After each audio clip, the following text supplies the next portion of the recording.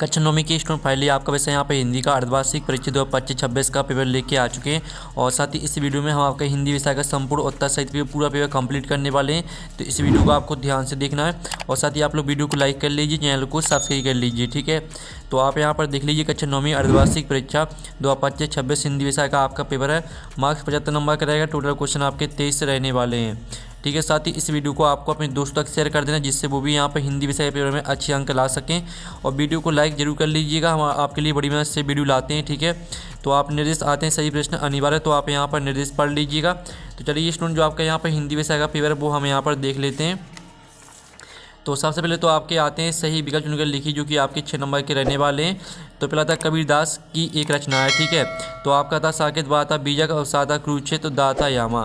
तो जो आपकी कबीरदास की रचना रहेगी वो आपकी बीजक हो जाएगी, ठीक है। बीजक आपका राइट आंसर रहेगा। तो आपको तो यहाँ पर ध्यान से देखना और सुनना, जैसे पूरे ऑब्जेक्ट हैं वो आपको यहीं पर याद कर लेने हैं। फिर दूसरा था कैदी और कोकिला किसकी रचना है। तो आपका आता रामनारी सिंह दिनकर, बाता माखला चतुर्वेदी, साता महादेवी वर्मा और दाता द ऑप्शन जयशंकर प्रसाद दिया गया है।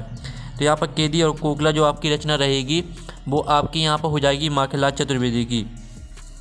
फिर आपके यहाँ पर तीसरा आता है, ठीक है, काव्य के भेद हैं। तो आपका आता दृश्य काव्य, बाता श्रव्य काव्य, ठीक है, और साता दृश्य और श्रव्य काव्य और दाता नाट्य और कथ्य काव्य। तो जो आपके काव्य के भेद हैं वो आपके दृश्य और श्रव्य काव्य हो जाएंगे। फिर आपका चौथा आता दोनों बैलों को कहाँ बंद कर दिया था। आता जेल में, बाता कांजी हाउस में और साता गौशाला में और दाता घर में। तो दोनों, ठीक है, दोनों बैलों को कहाँ बंद कर दिया था। तो इसका राइट आंसर आपका कांजी हाउस में हो जाएगा। पाँचवा आता समास के जो प्रकार हैं, आपको बताना समास के कितने प्रकार होते हैं। तो समास होते हैं आपके 6 प्रकार के। फिर आपका आता है 6वां इस जल प्रलय में पाठ की विधा है। तो आपका आता कहानी, बाता, रिपोर्टाज, साता उपन्यास, दाता नाटक। तो इस जल प्रलय में पाठ की जो विधा रहेगी वो आपकी रिपोर्टाज हो जाएगी, ठीक है। इस तरह से जो आपके सही विकल्प वो कंप्लीट हो जाते हैं, आपने अच्छे से याद कर लिए होंगे। अब प्रश्न 2 आता रिक्त स्थानों की पूर्ति की जो कि 6 नंबर के रहने वाले हैं। तो पहला था झांसी का ढूंढो प्रसिद्ध महाकाव्य है। तो झांसी का आपका पद्मावत, ठीक है, पद्मावत आपका इसका राइट आंसर हो जाएगा। और फिर आप यहाँ पर देख लीजिए कैदी और कोकिला दोनों ही डोडो देश की वासी हैं। तो कैदी और कोयल दोनों ही, ठीक है, गुलाम देश की वासी हैं। फिर आपका तीसरा आता है करुण रस का, ठीक है, करुण का स्थायी भाव डोंट है। तो करुण का स्थायी भाव आपका शोक हो जाएगा। फिर आपके यहाँ पर चौथा आता है एकांकी में डोंट होता है। तो यहाँ पर एकांकी में होता है आपका एक अंक, ठीक है। फिर आपका 5वां आता बे शब्दांश जो शब्द बनाते समय आरंभ में लगते हैं डोडो कहलाते हैं। तो बे शब्दांश जो शब्द बनाते समय आरंभ में लगते हैं आपके उपसर्ग कहलाते हैं। फिर आपका 6वां आता रेणु का पूरा नाम डोंट है। तो रेणु का पूरा नाम आपका हो जाएगा फणीश्वर नाथ रेणु, ठीक है। इस तरह से जो आपके रेगिस्तान है वो कंप्लीट हो जाते हैं, आपने अच्छे से यहाँ पर याद कर लिए होंगे, ठीक है। अब चलिए प्रश्न 3 देख लेते हैं। सत्ता सत्य का चयन करके लिखिए जो कि 6 नंबर के रहने वाले हैं। पहला था कबीर एक समाज सुधारक थे। तो पहला आपका बिल्कुल यहाँ पर सत्य रहेगा। और दूसरा था जिनके कारण मन में भाव जागृत होते हैं उसे आलम्बन कहते हैं।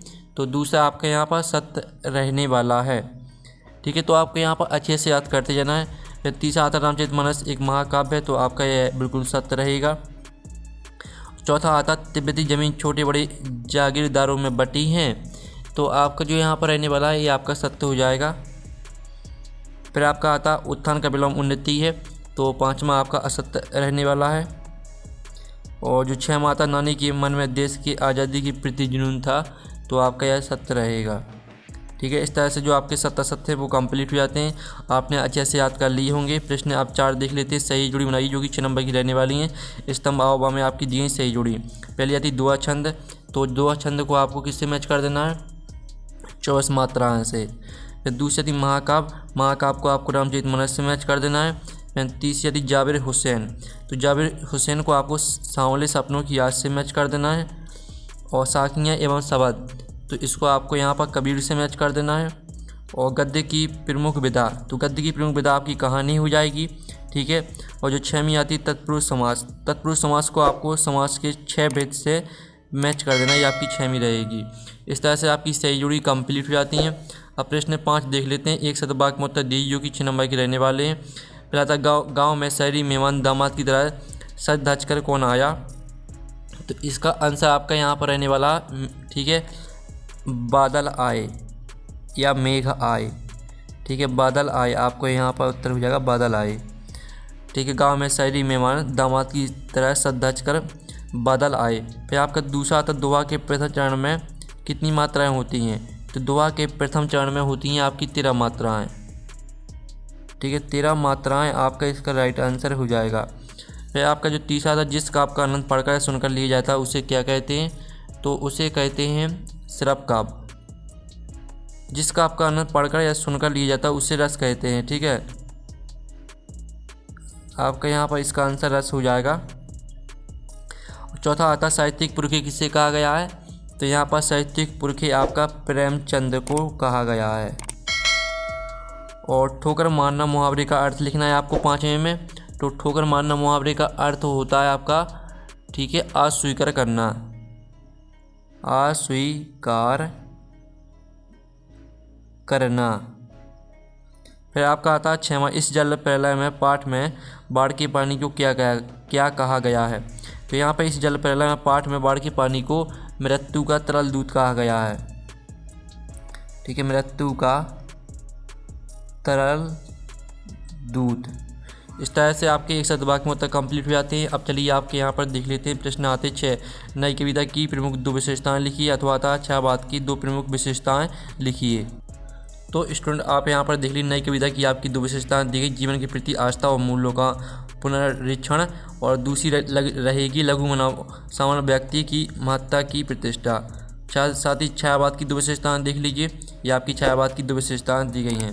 फिर आपका यहाँ पर 7वां प्रश्न हम यहाँ पर देख लेते हैं। ठीक है, तो आपको इस पेपर को पूरे यहाँ पेपर देने से पहले इसको पूरे याद करना। ठीक है, आप लोग वीडियो को लाइक जरूर कर लीजिए, चैनल को भी सब्सक्राइब कर लीजिए। साथ ही आपका 7वां प्रश्न आता है कवि पंत ने गांव को हरता जनमन क्यों कहा है, अथवा था गांव को मरकर डिब्बे सा खुला क्यों कहा गया है? तो हम 7वें प्रश्न का उत्तर हम यहाँ पर देख लेते हैं। तो आप यहाँ पर देख लीजिए आपका 7वें प्रश्न का उत्तर रहेगा, तो इसका आप स्क्रीनशॉट ले सकते हैं। साथ ही आप यहाँ पर गाँव को मरकर डिब्बे सा खुला क्यों कहा गया है, तो इसका उत्तर देख लीजिए। फिर आपका यहाँ पर आता है 8वां 2 छंद की परिभाषा उदाहरण सहित लिखना है, अथवा था अनुप्रास अलंकार की परिभाषा उदाहरण सहित लिखिए। तो आपके यहाँ पर देखते हैं यह एक अर्ध समात्रिक छंद है। इसके विषम चरणों पहले और तीसरे में 13 मात्रा था, सम चरणों दूसरे चौथे में 11 मात्राएं होती हैं। साथ ही इसका उदाहरण देख लीजिए, रमन पानी राखी बिन पानी सब सून, पानी गए न उबरे मोती मानुष चून। और साथ ही अनुप्रास अलंकार की परिभाषा देख लीजिए और इसका उदाहरण देख लीजिए। ठीक है, और जो हम आपको उत्तर बताते जा रहे हैं तो इनके स्क्रीनशॉट आपको लेते चल रहा है। फिर आप यहाँ पर देख लीजिए आपके यहाँ पर दिया गया। ठीक है स्टूडेंट, आपके यहाँ पर महाकाव्य खंडका में आपको 2 अंतर लिखना है, अथवा रस किसे कहते हैं, रस के अंगों के आपको नाम लिखना है। तो चलिए हम महाकाव्य खंडका में अंतर देख लेते हैं। ये आपको महाकाव्य खंडका में अंतर दिया गया। महाकाव्य में जीवन का संपूर्ण चित्रण होता है, जबकि खंडका में जीवन के किसी एक खंड या भाग का चित्रण होता है।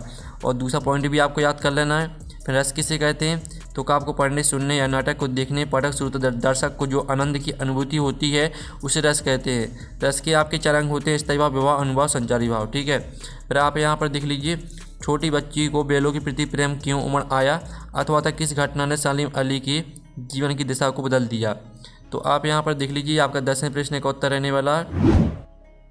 ठीक है, और जो आपके यहाँ पर किस घटना ने सालिम अली के जीवन की दिशा को बदल दिया, तो इसका उत्तर भी देख लीजिए। फिर आपके यहाँ पर आता मुहावरे और लोकोक्तियों में आपका 2 अंतर लिखना है, अथवा था कहानी उपन्यास में 2 अंतर लिखिए। तो चलिए आपका मुहावरे और लोकोक्ति में आप यहाँ पर अंतर देख लीजिए। ये आपका मुहावरा लोकोक्ति में अंतर दिया गया है। मुहावरा एक वाक्यांश होता है, जबकि लोकोक्ति अपने आप में एक पूर्ण वाक्य होती है। दूसरा पॉइंट भी आपको याद कर लेना है। और कहानी उपन्यास में अंतर देख लीजिए। कहानी का आगाज छोटा होता है, जिसे एक बैठक में पढ़ा जा सकता है, जबकि उपन्यास का आगाज बड़ा होता है। विषय वस्तु कहानी में जीवन के किसी एक घटना या पक्ष का चित्रण होता है, जबकि उपन्यास में जीवन का विस्तृत और व्यापक चित्रण होता है। फिर आपके यहाँ पर आता निपात शब्द क्या लिखिए, अथवा तत्सम शब्द क्या होते हैं, उदाहरण सहित लिखिए। तो चलिए आपके यहाँ पर 12वें प्रश्न का उत्तर देख लेते हैं। ये आपकी यहाँ पर निपात की परिभाषा यहाँ पर दी गई है, तो आप यहाँ पर देख लीजिए, इसका उदाहरण भी देख लीजिए। और आपके तत्सम शब्द क्या होते हैं, तो आप यहाँ पर देख लीजिए, आपका अथवा का आंसर यहाँ पर दिया गया है। फिर आपका यहाँ पर देख लेते हैं महाकाव्य खंडका में आपको यहाँ पर 2 अंतर लिखना है। ठीक है, और अथवा था निम्नलिखित शब्दों का संधि विच्छेद कीजिए, हिमालय पर उपकार। तो जो आपका अथवा दिया गया जिसमें आपको, ठीक है, ऊपर जो आपको महाकाव्य खंडका में अंतर तो आप खुद याद कर लेंगे। ठीक है, जो अथवा दिया गया जिसमें आपको संधि विच्छेद करना है, तो हम 13वें के अथवा का आंसर देख लेते हैं। हिमालय का संधि विच्छेद आपका हिम प्लस आलय हो जाएगा, इसमें आपकी दीर्घ स्वर संधि रहेगी। परोपकार का संधि विच्छेद आपका पर प्लस उपकार हो जाएगा, इसमें आपकी गुण स्वर संधि रहेगी। फिर आप यहाँ पर देख लीजिए 14वां आता है अनुप्रास अलंकार की परिभाषा अवधान से लिखिए, अथवा आता है द्विधा छंद की परिभाषा अवधान लिखना है आपको। तो ये आपकी अनुप्रास अलंकार की परिभाषा दी गई, साथ ही इसका उदाहरण भी देख लीजिए। और ये आपकी यहाँ पर द्विधा छंद की परिभाषा दी गई है और साथ ही इसका उदाहरण भी आप यहाँ पर देख लीजिए, ठीक है। फिर आप यहाँ पर देख लीजिए आपका 15वां प्रश्न हम यहाँ पर देख लेते हैं। तो 15वां प्रश्न आता है इस जलप्रलय में पाठ में लेखक ने बाढ़ की कौन सी भयावह स्थितियों का चित्रण किया है, अथवा आता रीढ़ की हड्डी एकांकी का उद्देश्य क्या है, ठीक है। चलिए आपका 15वें प्रश्न का उत्तर हम यहाँ पर देख लेते हैं। तो ये आपका 15वें प्रश्न का उत्तर रहने वाला है और साथ ही आपका रीढ़ की हड्डी एकांकी का उद्देश्य दिया गया, तो इसका स्क्रीनशॉट ले लीजिए। और फिर आपका आता है अपनी दो रचनाओं के साथ कबीरदास अथवा माखनलाल चतुर्वेदी के साहित्यिक बिंदु के आधार पर आपको लिखना है, दो रचनाएं भावपक्ष लिखना है, ठीक है। तो कबीरदास अथवा माखनलाल चतुर्वेदी पर करना है आपको। तो आप यहाँ पर देख लीजिए आपके कबीरदास की दो रचना रहेंगी बीजक, साकी, शबद, रमैनी। 4 रचना दिए, 2 याद कर लेना, साथ ही भावपक्ष देख लीजिए इनका। और माखनलाल चतुर्वेदी पर देख लीजिए इनकी रचनाएं दी गई हैं, भावपक्ष देख लीजिए।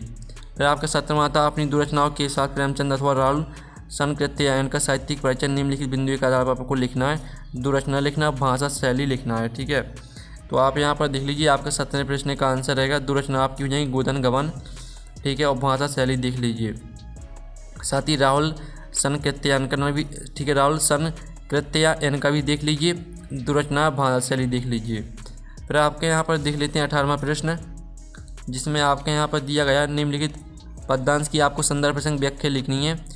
प्रेमी ढूंढत में फिरो, प्रेमी मिले ना कोई, इस तरह से दिया गया, साथ ही इसका अथवा भी देख लीजिए। तो चलिए हम इनकी संदर्भ प्रसंग व्याख्या देख लेते हैं। ये आपका 18वें प्रश्न का आंसर रहने वाला संदर्भ प्रसंग व्याख्या, साथ ही इसका अथवा का आंसर देख लीजिए, संदर्भ प्रसंग व्याख्या। फिर आपको 19वां प्रश्न आता है निम्नलिखित गद्यांश की आपको संदर्भ प्रसंग व्याख्या लिखनी, जो कि आपका 3 नंबर का रहने वाला है, ठीक है। आप यहाँ पर देख लीजिए प्रश्न 3 आप यहाँ पर देख लीजिए, जो कि आपकी गद्यांश की संदर्भ प्रसंग व्याख्या लिखनी है, ठीक है। और आप लोग वीडियो को लाइक जरूर कर लीजिए, चैनल को भी सब्सक्राइब कर लीजिए। तो आप यहाँ पर देख लीजिए जो आपके यहाँ पर दिया गया है गद्यांश, ठीक है, दोनों पहलुओं का ऐसा अपमान कभी नहीं हुआ था, इस तरह से दिया गया। साथ ही अथवा देख लीजिए तिब्बत में यात्रियों के लिए बहुत सी तकलीफें भी हैं। तो 19वें प्रश्न का उत्तर हम यहाँ पर देख लेते हैं। तो ये आपका 19वें प्रश्न का उत्तर रहेगा, साथ ही ये आपका 19वें के अथवा का उत्तर रहेगा। फिर आपके यहाँ पर देख लेते हैं 20वां प्रश्न आता है स्वास्थ्य धन्य विषय पर एक अनुच्छेद लिखिए, अथवा तो मासिक टेस्ट को लेकर अपनी कक्षा अध्यापक से की बातचीत को लिखना है आपको। तो आप यहाँ पर देख लीजिए आपका 20वें प्रश्न का आंसर रहने वाला है और साथ ही आपका 20वें के अथवा का आंसर रहेगा मासिक टेस्ट को लेकर अपनी कक्षा अध्यापक से की बातचीत आपको लिखनी थी। तो ये आपकी बातचीत यहाँ पर दी गई है। अब चलिए आपके यहाँ पर देख लेते हैं 21वां प्रश्न आता है, जो कि आपका आपरित गद्यांश दिया गया 4 नंबर का रहेगा, ठीक है। निंदा का उद्गमहीनता और कमजोरी से होता है। उपयुक्त गद्यांश का शीर्षक लिखिए, लोग दूसरों की निंदा क्यों करते हैं, और उपयुक्त गद्यांश का सारांश लिखिए। साथ ही इसका जो अथवा आता है जिसमें आपका काव्यांश दिया गया है, तो इसके भी आपके 3 प्रश्न दिए गए हैं, ठीक है। तो चलिए हम यहाँ पर आपके पहले तो गद्यांश के प्रश्न देख लेते हैं। जो आपके गद्यांश के 3 प्रश्न दिए गए थे, तीनों के उत्तर आप यहाँ पर देख लीजिए। और साथ ही जो आपका अथवा में काव्यांश दिया गया है, तो काव्यांश के 3 प्रश्न आपके यहाँ पर दिए, तीनों के उत्तर आप यहाँ पर देख लीजिए। फिर 22वां प्रश्न आता है प्रधानाचार्य को 3 दिन के अवकाश के लिए आपको प्रार्थना पत्र लिखना है, अथवा आता वार्षिक परीक्षा की तैयारी से संबंधित अपने मित्र को एक पत्र लिखना है। तो चलिए आपका 22वें प्रश्न का उत्तर हम यहाँ पर देख लेते हैं। तो ये आपका 22वें प्रश्न का उत्तर रहेगा, ठीक है। और ये आपका 22वें के अथवा का उत्तर रहने वाला वार्षिक परीक्षा की तैयारी से संबंधित मित्र को पत्र, ठीक है। और 23वां जो प्रश्न आपका दिया गया है जिसमें आपको रूपरेखा सहित निबंध लिखना है, ठीक है। तो इसका उत्तर आप यहाँ पर खुद याद कर लीजिएगा। और साथ ही इसका PDF डाउनलोड करना चाहते हैं पेपर का, तो PDF मिल जाएगा आपको टेलीग्राम में, और टेलीग्राम ग्रुप की लिंक वीडियो के डिस्क्रिप्शन में दी रखी है। तो आपको टेलीग्राम ग्रुप ज्वाइन कर लेना, आपको वहाँ पर PDF मिल जाएगा, ठीक है। तो हम यहाँ पर नेक्स्ट वीडियो में मिलते हैं। Thanks for watching.